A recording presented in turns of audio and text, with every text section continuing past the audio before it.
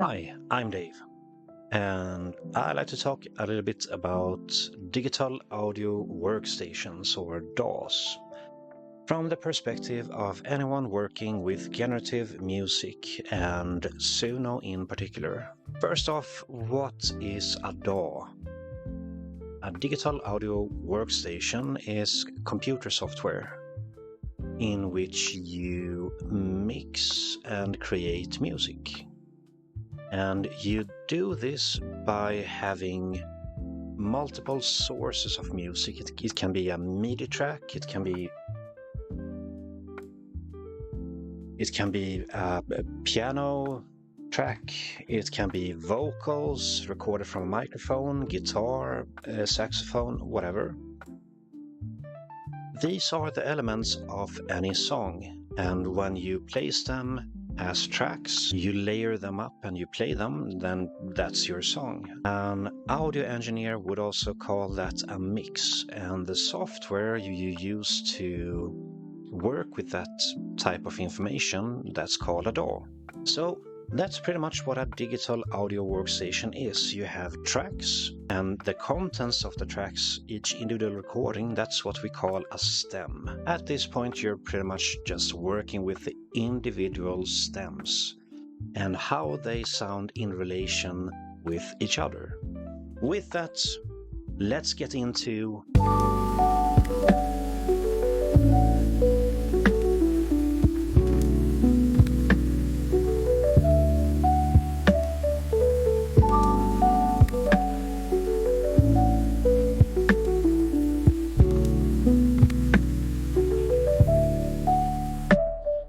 But first, we are going to need some hardware.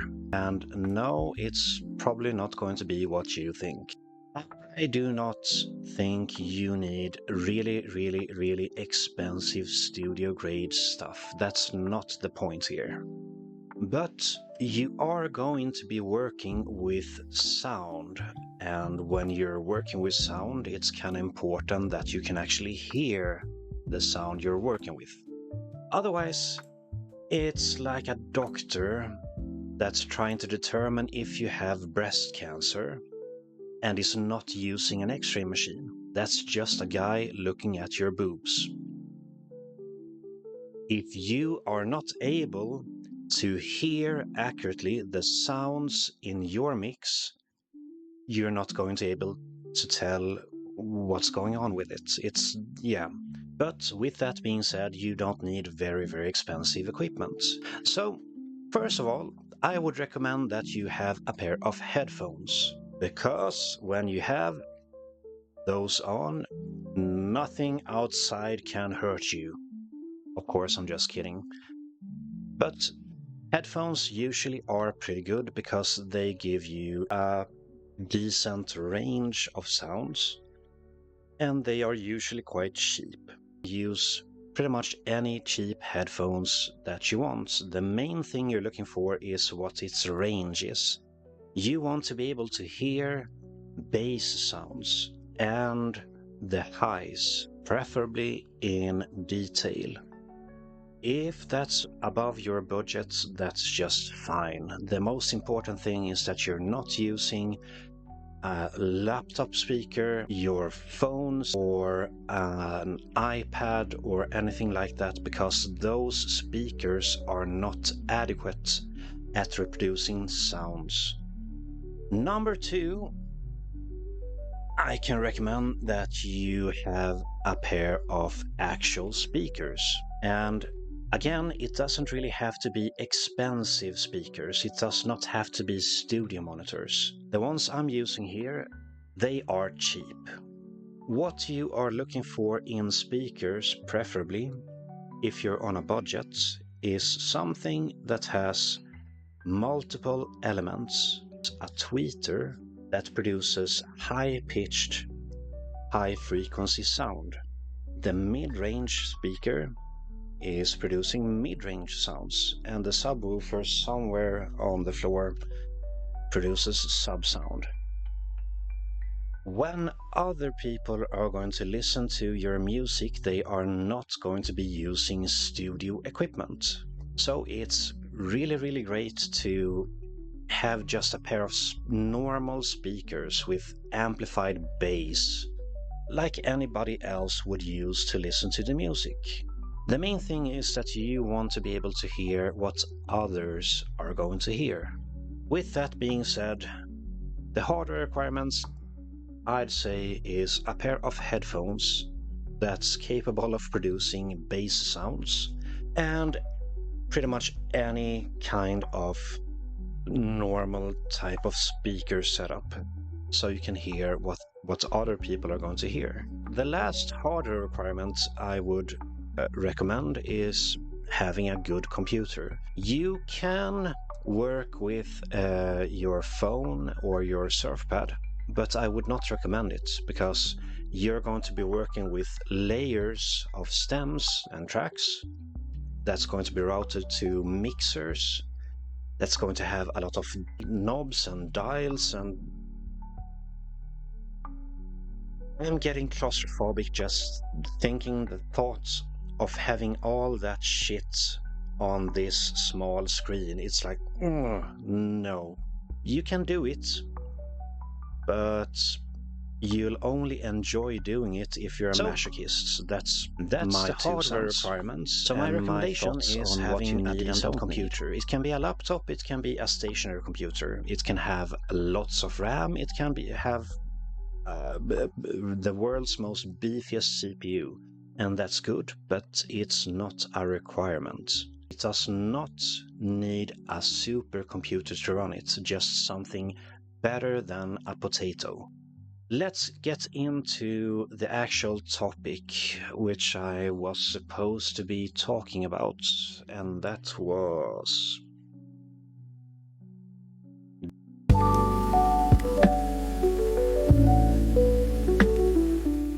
DAWs. Alright, so a DAW is a piece of software which allows you to layer stems. I think I mentioned what stems is and DAW already. So let's get into something practical. I will be using FL Studio. DAWs are all tools created for the same type of purpose. They allow you to mix and create music. And to that purpose, they are all identical in their abilities. A lot of people recommend Reaper, and I can see why. It comes down to your personal preferences and your bank account, what you're willing to pay for it. I'm using FL Studio, and that's because I started using it some, I think 15 years ago maybe, and it's just kind of stuck. I like the layout features and capabilities, but there are other alternatives. But what you're going to see right now is FL Studio. If you want to buy that or download a trial version, that's fine.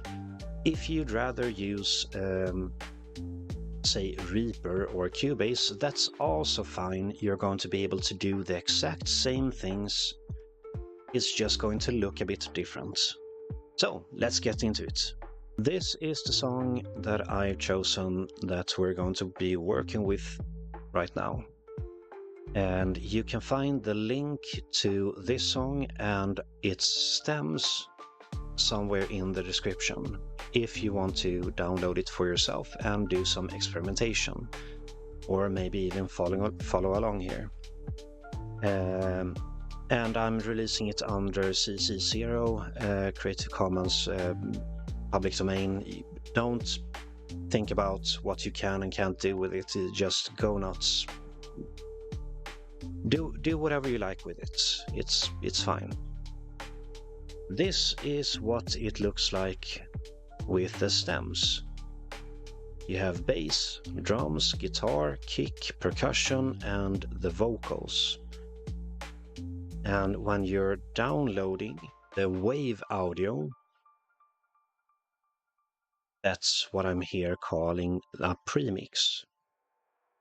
Here we have the main user interface of FL Studio. And you can see We have tracks here. We have the channel rack, which we're not going to be using all that much. We have our mixer, and yeah, a bunch of stuff. And if you're not familiar with DAWs or FL Studio in particular, this will look a little bit confusing, and that's perfectly fine. I'm going to take this really step by step. So first of all, let's go into our folder where we have our stems and drag them into our playlist arrangements. And I like to start with the kick, and I'm just dragging this to the beginning of track 1, and it's going to show us the wave pattern of the kick stem. Right. Then I'm proceeding with drums for track 2, all the rest of the percussion as track 3. Next, let's add the bass stems as track 4, the guitar as track 5, and finally vocals as track 6. But one last step I like to add is the premix. Let's just drop it somewhere far down below and mute it by clicking this green bubble thing here. Now, this is just 6 stems in arrangement. So if we play, it's going to sound exactly like it sounds in Suno. Oh, and we have to set it to song, not pattern, because we're not working with patterns currently, we're working with an entire song. So if we press play.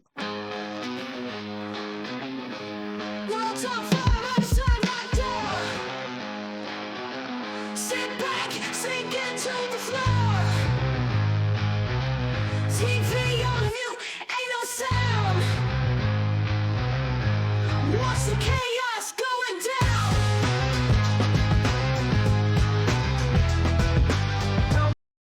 Right, and I'm not sure if you catch that fully, but it sounds kind of flat. Everything sounds all smushed together in the mix. So the purpose for today with the mix is just to get familiar with the digital audio workstation environment, how it's supposed to be set up or how you can work with it. There's really no right or wrongs when it comes to audio engineering. It's very much a process based on your personal perceptions and your personal tastes, just like with anything in music. Anyway, so we're just getting acquainted here with the software environment and how a DAW works from the perspective of somebody not used to be working with DAWs. And the first thing I like to do is to map each track to a channel. And first of all, we kind of have to understand what the mixer and the channels in the mixer does. So if I play this song, let's go to somewhere in the middle where everything is sounding.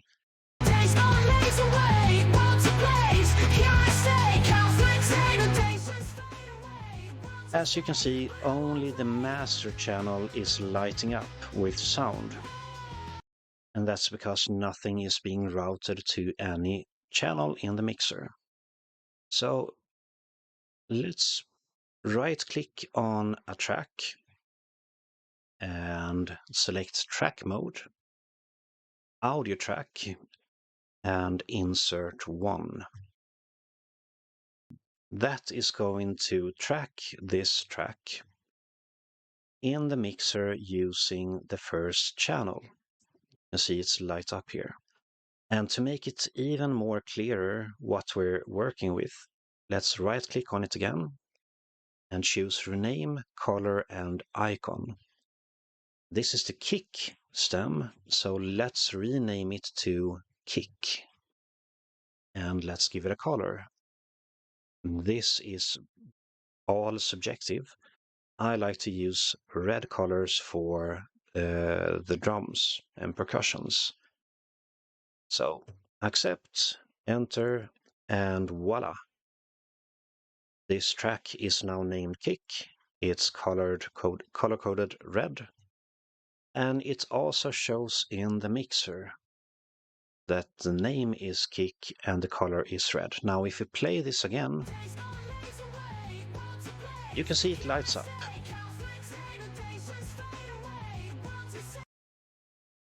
But in the mixer, the only thing that you can hear as the output is the master channel.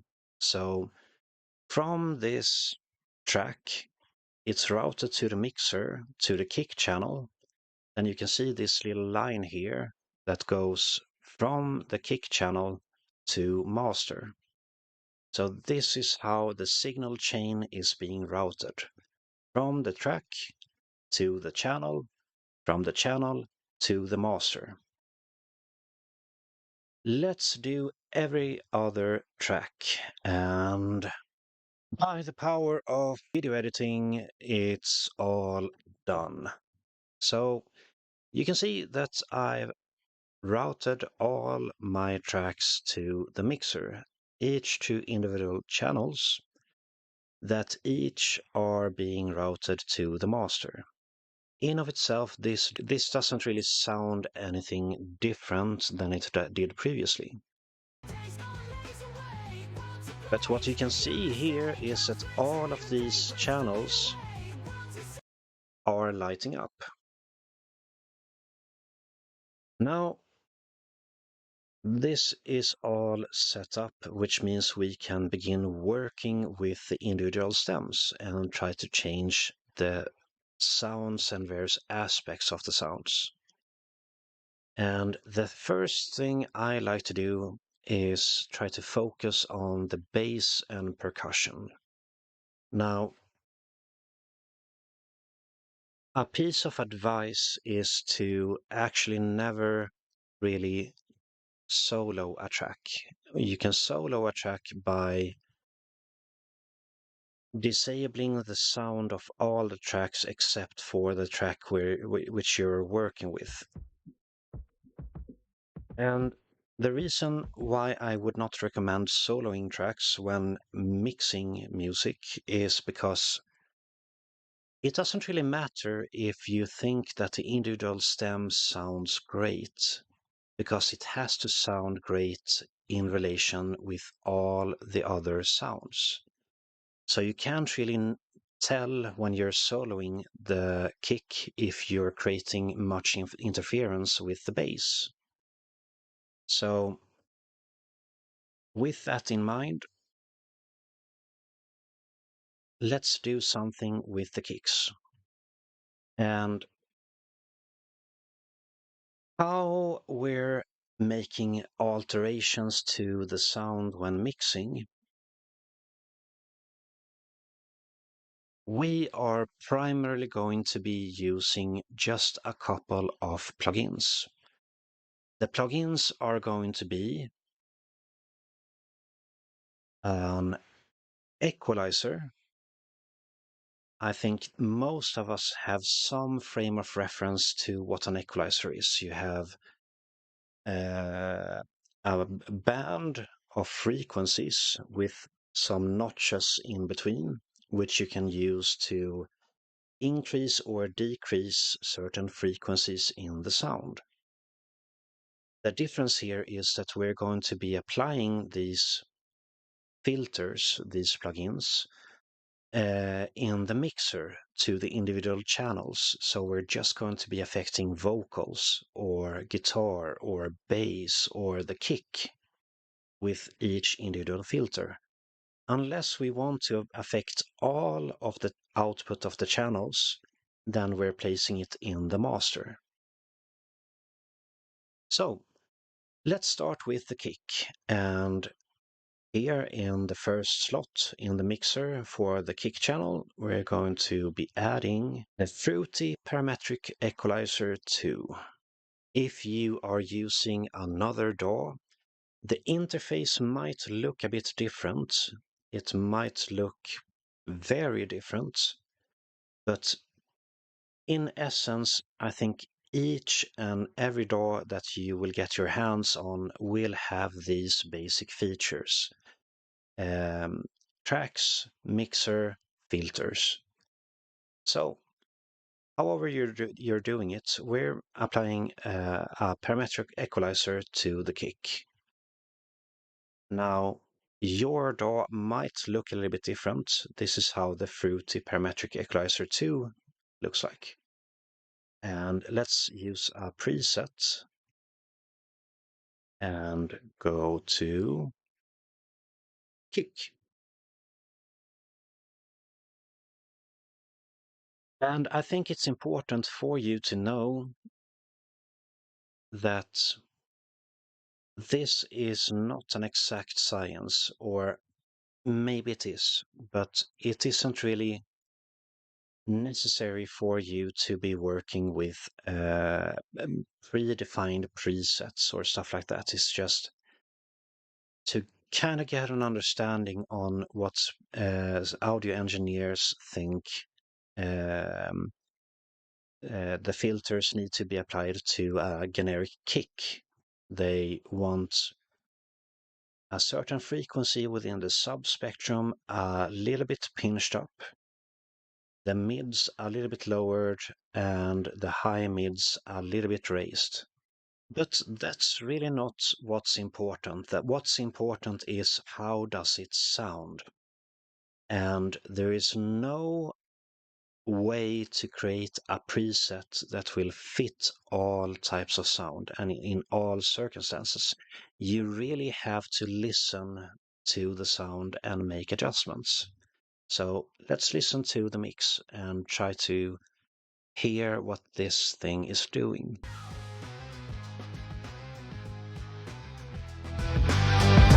Down the window pane, I feel nothing but the same. Numb to losing all the noise. Silent screams, don't hear their voice. Calculating the days, gone lays away. World to blaze, here I stay. Calculating the days just fade away. World to say, but I won't play. Whoa, ashes fall like snow outside. In my bubble, here I hide, lost in thought. Right, so I think it's sort of good here. We're pumping up the subs quite a bit. We're lowering the mids quite a bit, and then we're just kind of leaving from the mids well enough alone. So if we want to listen to how it sounds before and after this equalizer, we have this little knob here we can push. So let's play this and listen to it before and after.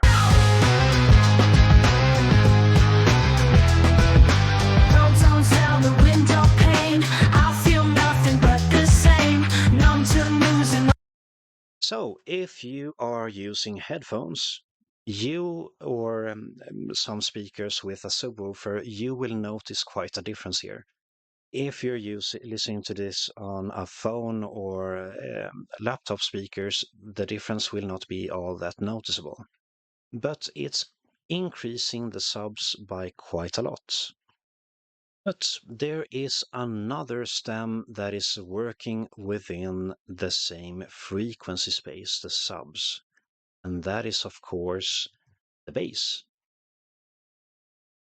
So it kind of works like if you have a crowded room.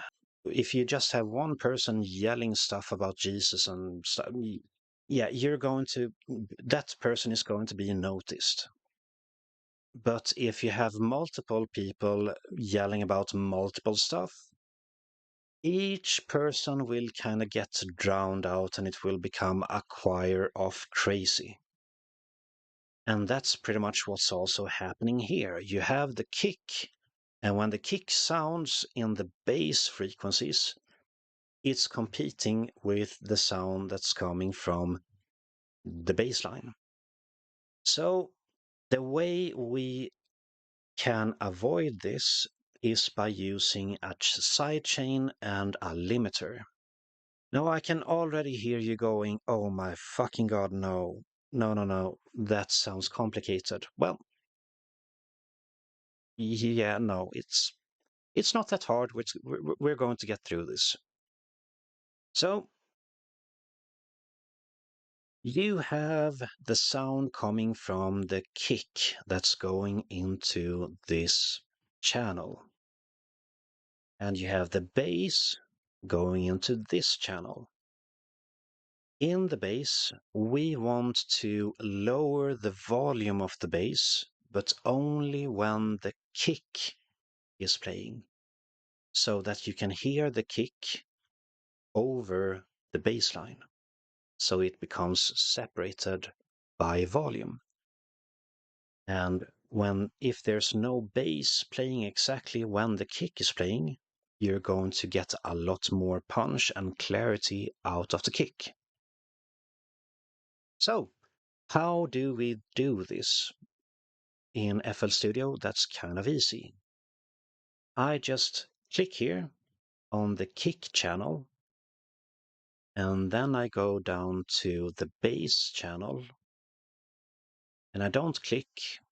I just hover the mouse over this arrow thing here, and I right-click on this arrow, and then I click on Sidechain to this track. And then you can see that a new line has been drawn from this arrow here to the knob on the bass channel. And what this does is it's going to send the audio information coming to this channel to this channel.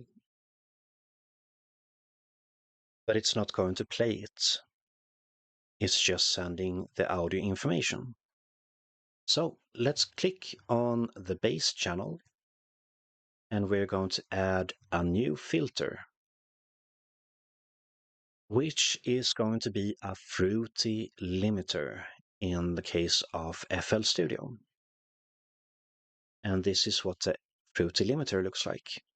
The purpose of a limiter is to limit the sound. It can lower the sound based on a given input. Normally, it uses its own input as a source of reference.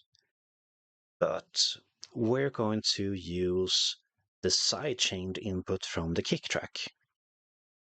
And this is done by changing from a limiter to compressor and selecting the sidechain kick. Now, if we play this, we should be able to see what it's doing and make some adjustments to the threshold ratio.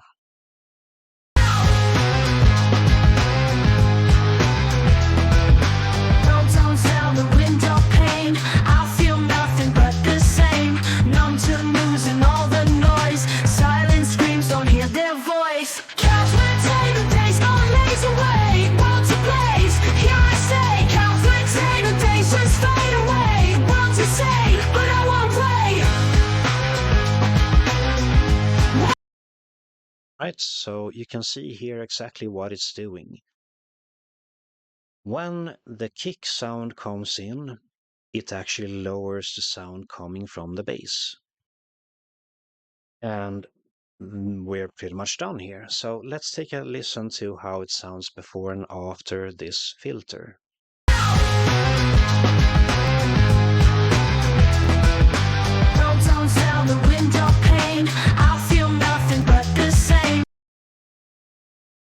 The difference is not huge, but it's there. And that's kind of key when mixing. You don't want to be going all hogwire and crazy and making wild, vast changes, because that's ultimately probably going to end up sounding a lot worse than what you started with. The key is to make small changes that adds up to a better sound.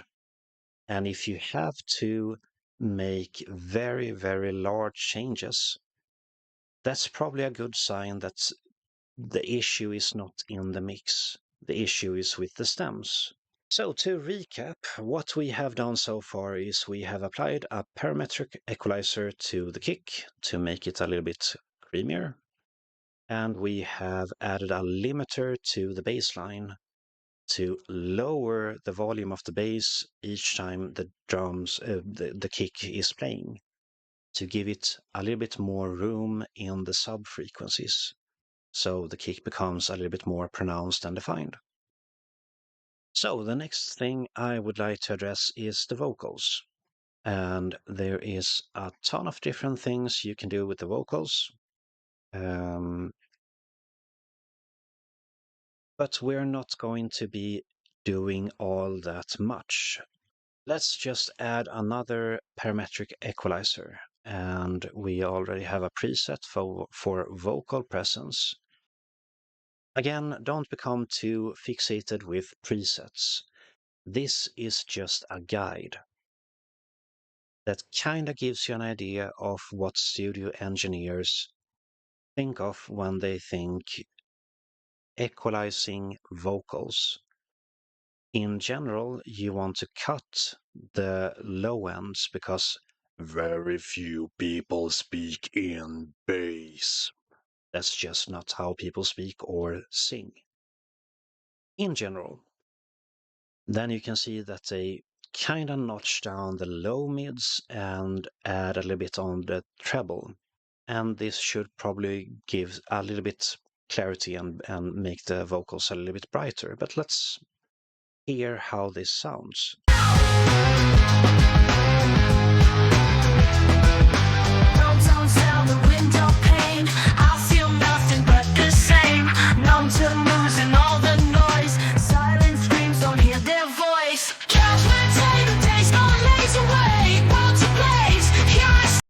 Okay, so I think that sounds like about the sweet spot to make the sounds, to make the vocals pop a little bit. So far we've been working with equalizers and a limiter. Let's introduce a few more types of filters or plugins. Specifically, let's add a reverb. And of course, on your DAW, if you're using anything other than FL Studio, it's probably going to look a bit different than what I'm working with. But hopefully, it will have the same basic features. So this is what the reverb plugin looks like. And if we solo the vocals and take a listen to how it sounds with reverb, I'm going to adjust the dry and the wet knob to try to give you an idea on what these specific dials do. Zones now the window pane. I feel nothing but the same. Numb to losing all the noise. Silent screams, don't hear their voice. Yeah, so dry is the original sound before any effect is being applied. Wet is the effect. So if we inverse the dry and wetness, you should only be able to hear the actual reverb and not the sound that causes the reverb. Zones now the window pane. I feel nothing but the same. Numb to. So in this, we can try to shape out a nice sounding reverb that will make the voice sound a little bit less dry. The key here is not to overdo anything. We're just adding a little bit of reverb.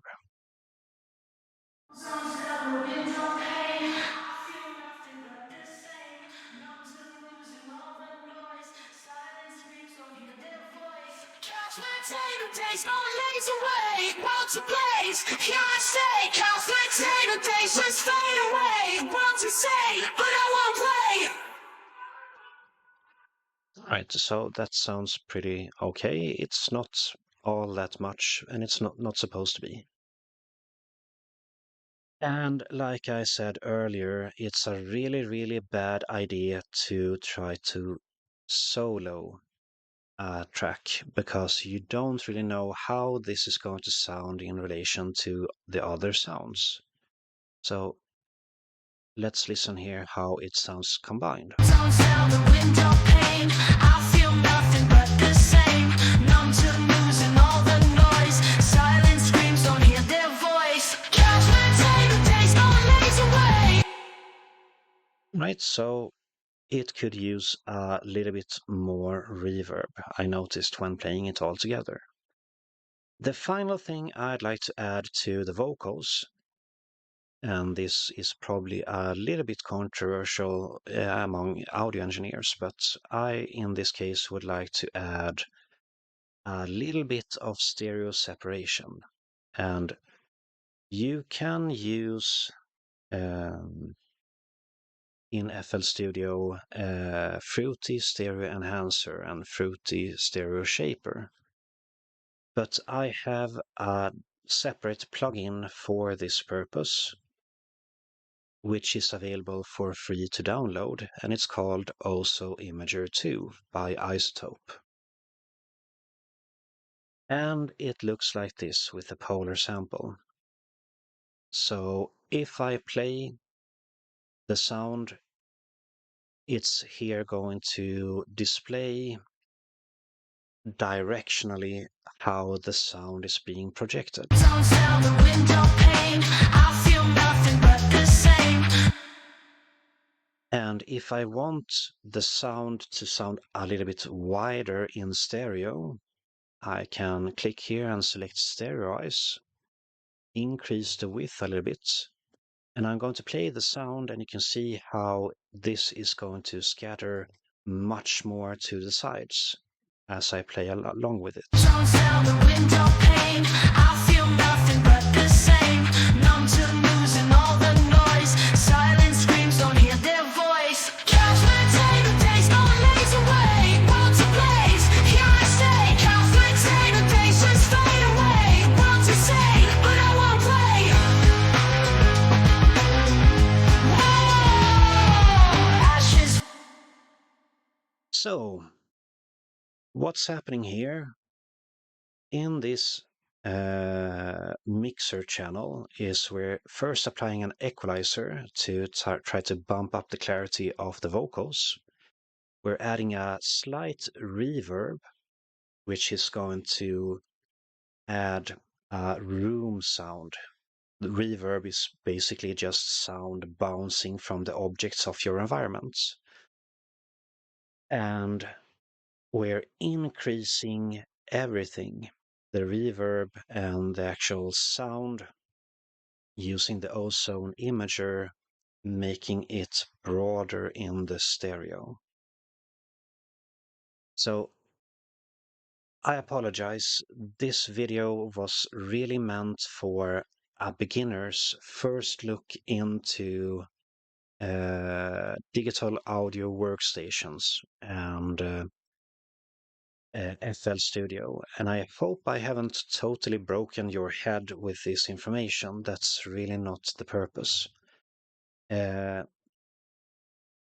Point I'm trying to get across is that you, in your DAW, load up your stems, and in the stems you route them to a mixer channel, and in the mixer channel you can add filters, and using the filters in the mixer channels you're altering the sound of each individual stem.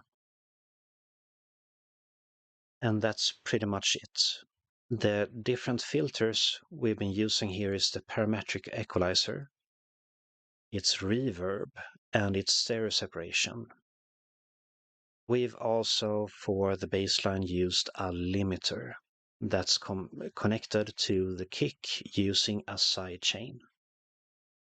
Hopefully I've been able to explain kinda what the different filters does and give you some sort of insight in how to be working with a DAW. So yeah, that's pretty much it. As a last thing, I would probably want to make a slight alteration to the bassline. And the bassline in itself is a little bit distorted, but let's add an equalizer to it and see what changes we can do to make the bassline a little bit more oomphy. Sounds down the window pane. I feel nothing but the same. Numb to losing all the noise. Silent screams, don't hear their voice. Count the days, no lays away. World to blaze, here I stay. Count the days just fade away. World to say, but I won't play. Whoa, ashes fall like snow outside. In my bubble, here I hide. Lost in thought. Right, so if we take a listen to this before and after applying the equalizer. Sounds down the window pane. I feel nothing but the same. Numb to losing. Okay, so let's get into some specific tricks here. Let's take a look at the premix and see how it compares.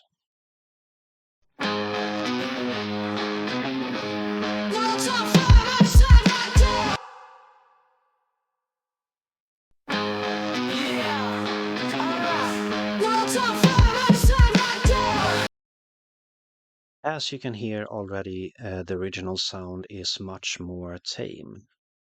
If we get into a little bit later in the track,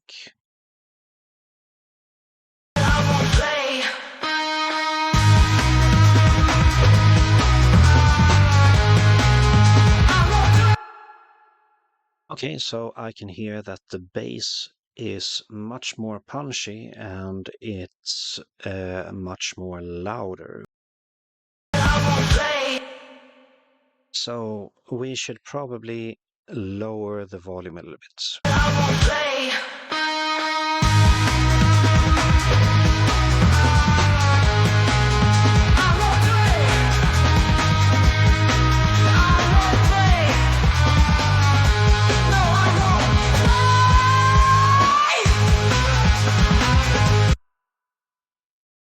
Right, so let's compare this again with the reference mix or the premix.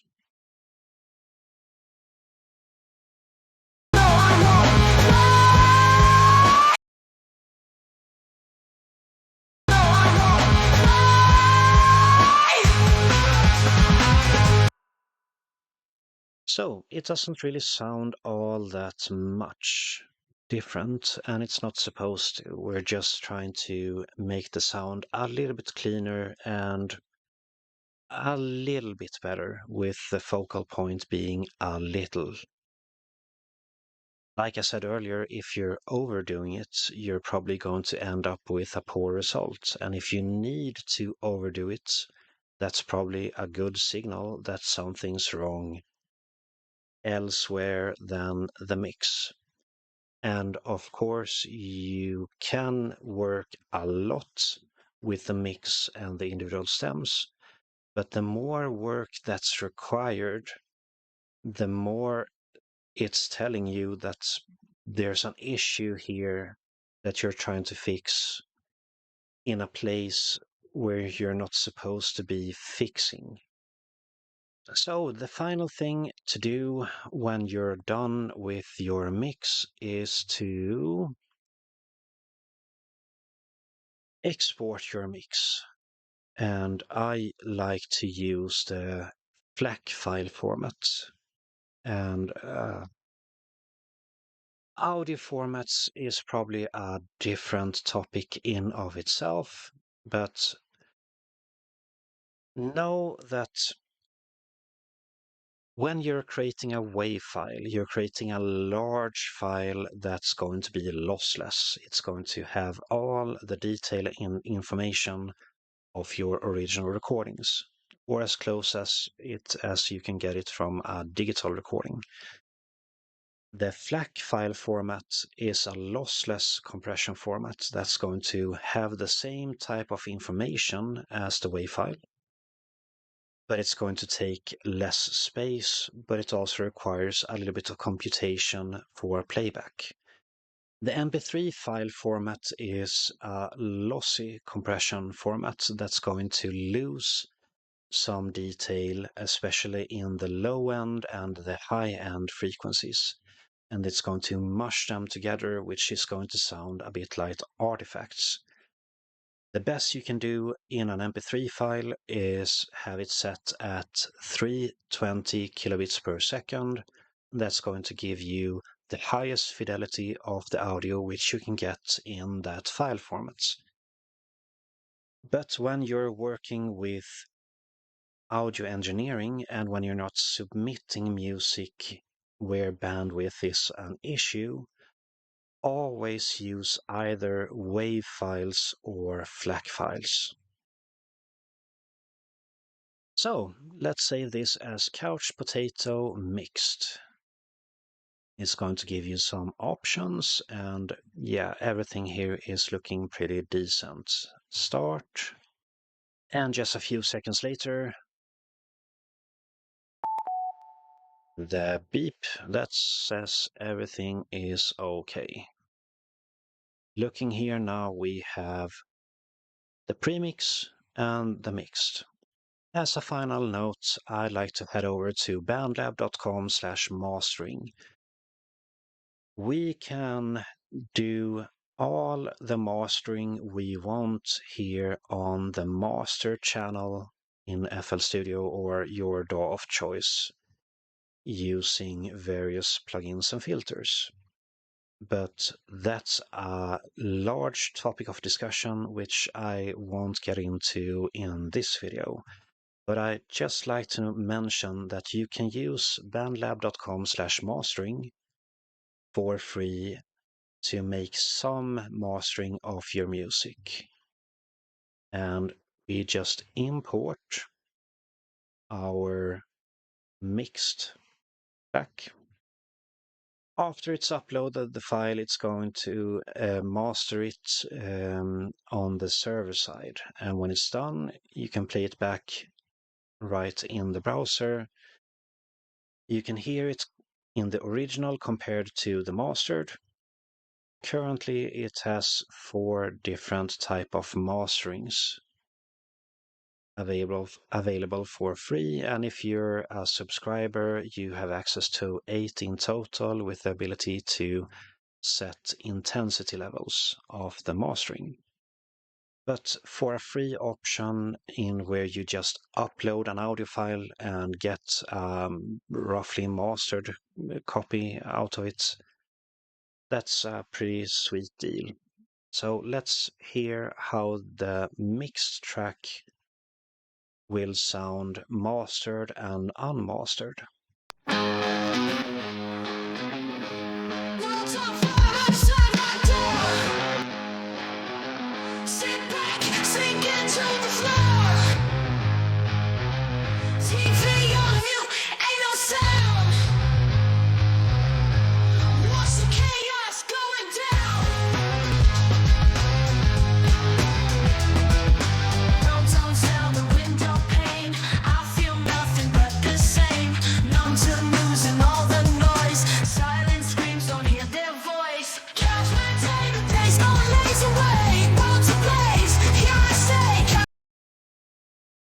And the difference is quite a lot.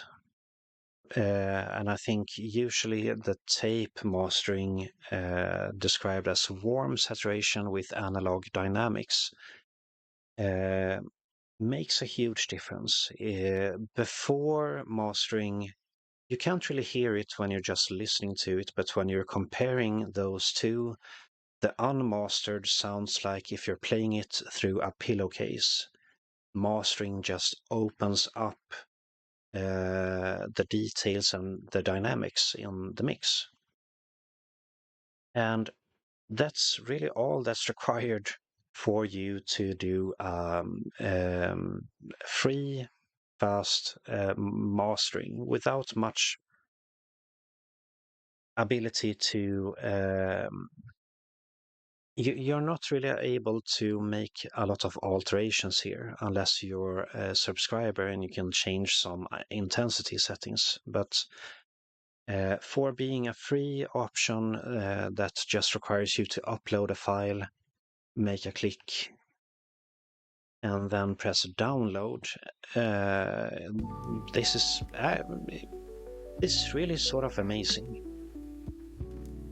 So anyway, you can download the premix, the complete mix, and each individual stems through a link in the description if you want to take a look at it and try to follow along in the mixing in FL Studio or your DAW of choice.